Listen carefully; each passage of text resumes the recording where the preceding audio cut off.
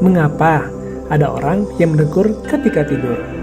Jawabannya adalah karena ada yang menghambat udara di belakang hidung dan mulut. Penyempitan ini akan menyebabkan getaran pada saluran pernapasan ketika bernapas, yang kemudian menimbulkan suara dengkuran. Semakin terhalangnya saluran pernapasan, semakin keras pula suara dengkurannya.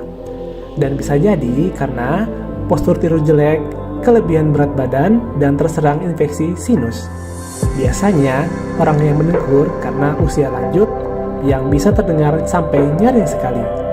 Solusi ini bisa diatasi dengan mengubah gaya hidup, yaitu mengurangi berat badan, rajin berolahraga, dan tidur dengan posisi menyamping.